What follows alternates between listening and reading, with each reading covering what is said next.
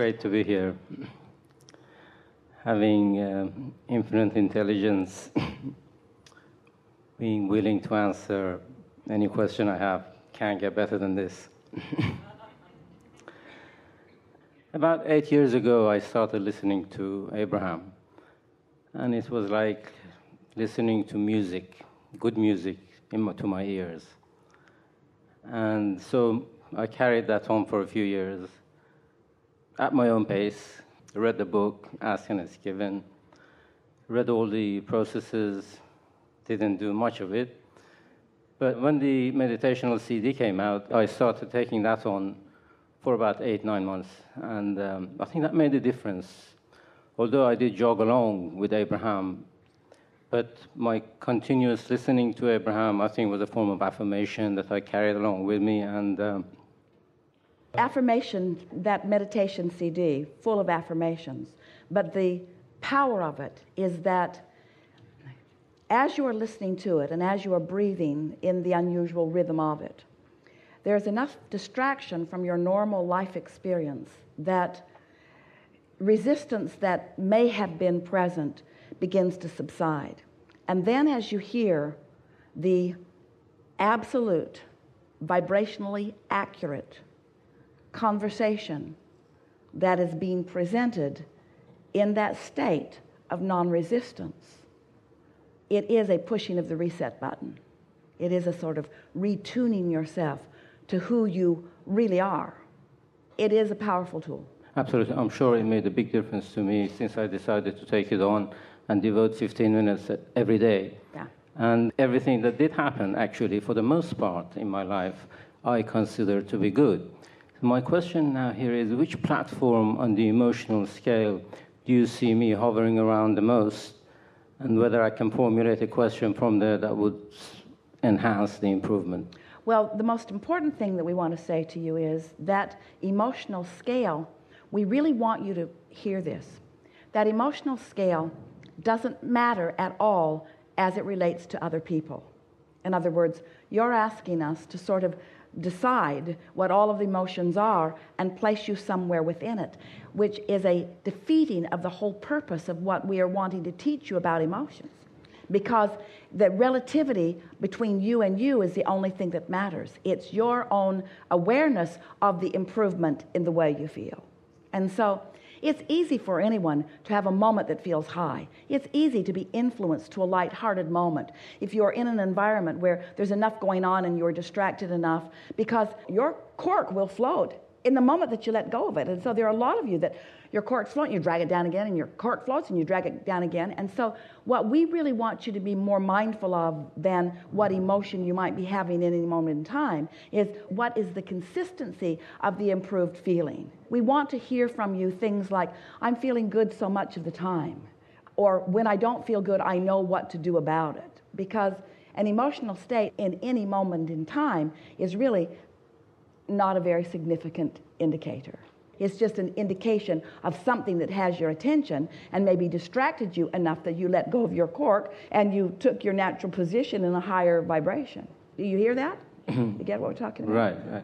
It's just that when you reach the platform of hope, I understand that source is so strong that it pulls you in. The emotion that if we were standing in your physical shoes, that we would be most delighted in discovering and sustaining is the emotion of positive expectation, that feeling of new adventure.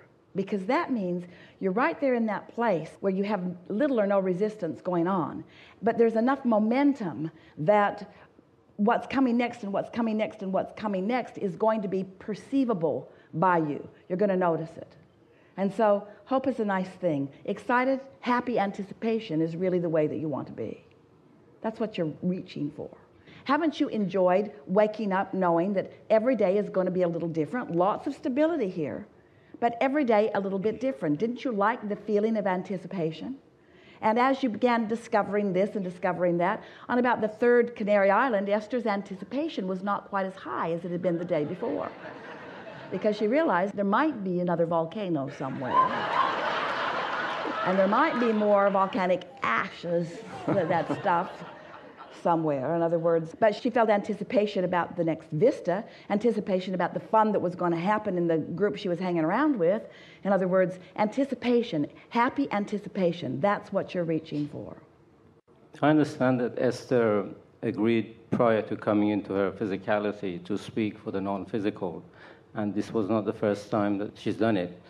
And the pre-paving that she did prior to coming in was actually the cause of her playing the role, and I was wondering if I did any kind of pre-paving prior to coming in? Well, without exception, all of you have done that. We want to talk about what's actually going on here, because we've been talking in all of the hours that we've been together, some every day, we've been having this conversation. We want to show you how it applies here as well. Your state of being, your vibrational stance, the atmosphere that you've created, your mood. We just said the same thing in several different ways. Your mood, the way you feel. Some might say attitude, your mood, the way you feel. Your point of attraction, your vibrational stance. That's your readiness or not readiness to be the translator of that broader perspective. In other words, this turning of thoughts into things, that's what's happening here.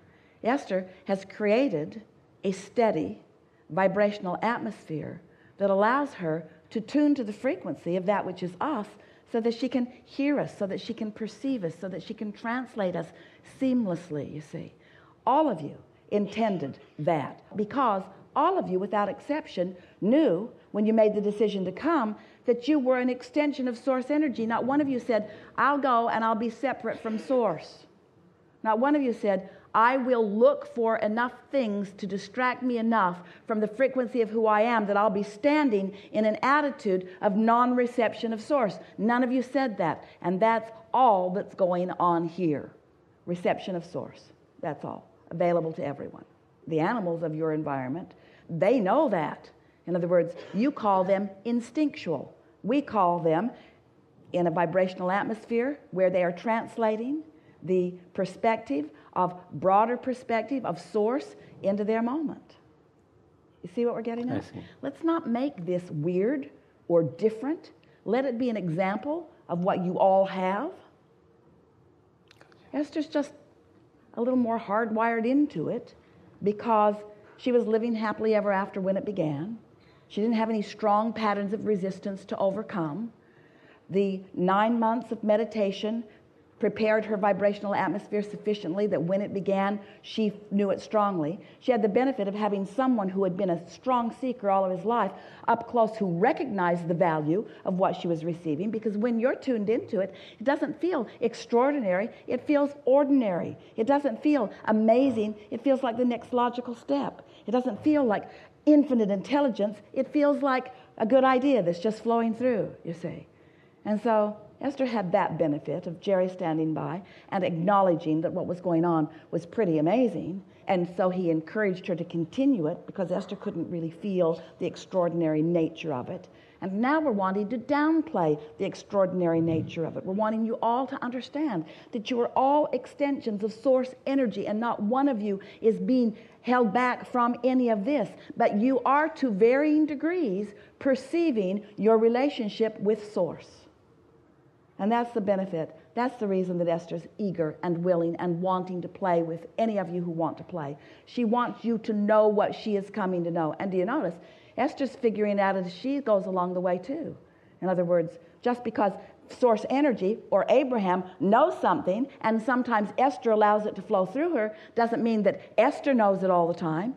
She has to be in the vibrational vicinity of it to know it too. Yes? And so do you.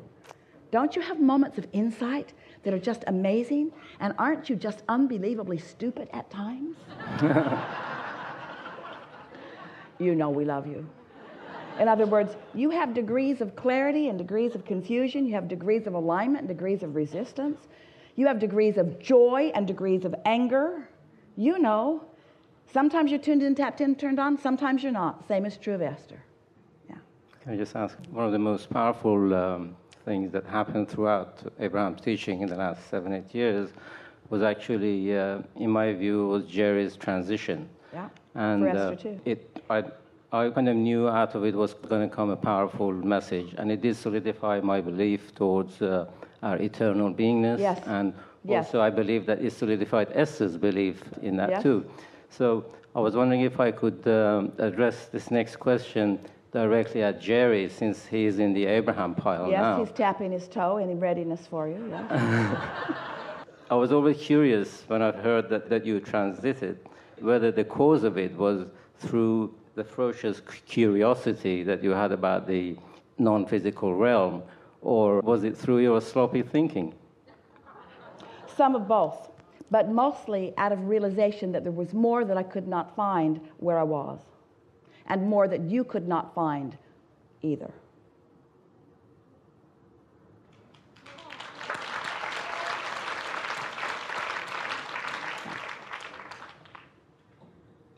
Could you expand on that just a touch?